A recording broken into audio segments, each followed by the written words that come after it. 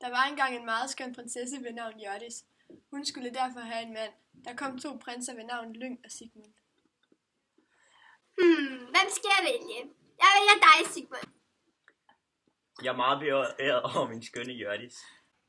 Det kommer du til at fortryde. Og så blev de gift. Efter nogle dage kom Lyng tilbage med sin hær for at få hævn.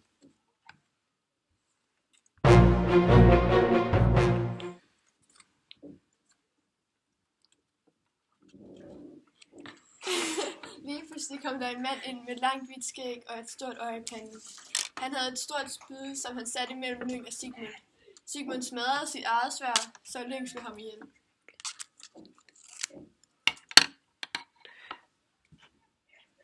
Du skal vende ham.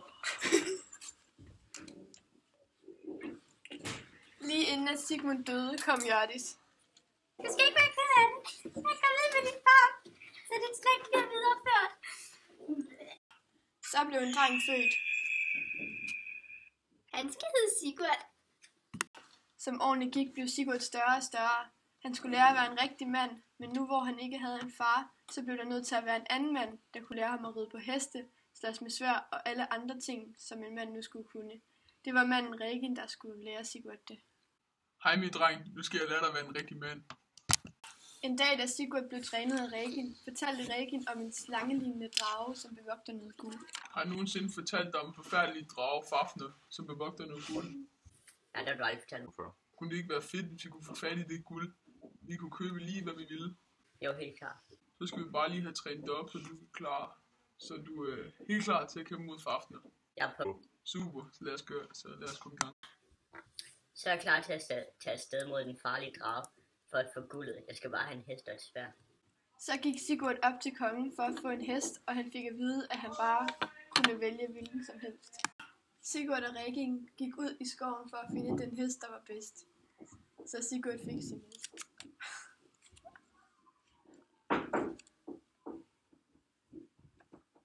Nej, var jeg glad for min fine hest. Nu mangler jeg bare at få et sværd.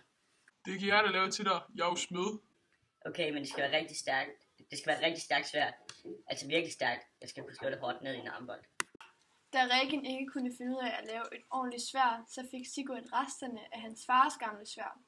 Så lavede Regin et sværd ud af det, og sværdet var rigtig stærkt. Så drog Regin og Sigurd afsted mod dragen og guldet. Så ankom Regin og Sigurd til der, hvor dragen holdt det til. Nu skal du grave et stort hul, så skal du sætte dig ned, så når dragen slanger sig hen over jorden og over hullet, så skal du stikke dit sværd op i hjertet på den, så fordræber den. Men så kom der en mand med langt hvidt skæg og kun et øje i panden. Hvis du nu tænker dig om, så vil du nok drukne i drageblod, hvis du bare sidder i det der hul. Du skal grave en masse huller omkring det store hul, så kan drageblodet løbe ned i de huller, så du ikke bliver kvalt i det.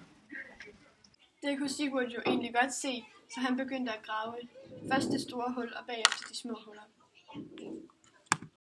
Da Sigurd var færdig med at grave hullerne, satte han sig ned i det store hul og ventede på dragen med sit sværd knudet ind til sig.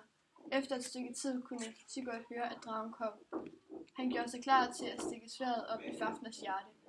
Så rullede dragen over hullet, og Sigurd stak sværdet lige op i hjertet på Fafner. Fafner hylede og skreg.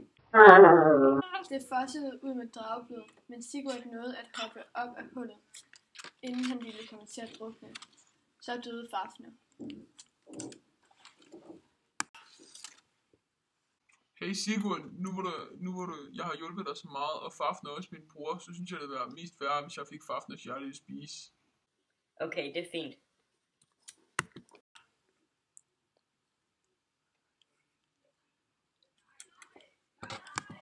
Regin faldt i søvn, og Sigurd smagte lige på drageblodet. Det fik ham til at kunne høre, hvad fuglene sagde. De sagde: Ej, hvor er ham Sigurd, der bare dum. Han burde da vide, at Regin bare slår ham ihjel, men han gerne vil have alt guld for ham selv.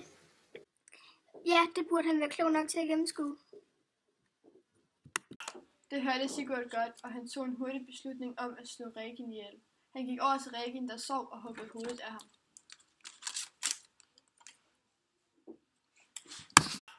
Så red Sigurd hen til der, hvor guldet var, og hans hest var så god og stærk, at den kunne bære alt guld. Så red Sigurd hjem som en rig mand, og han levede lykkeligt til sine dages ende.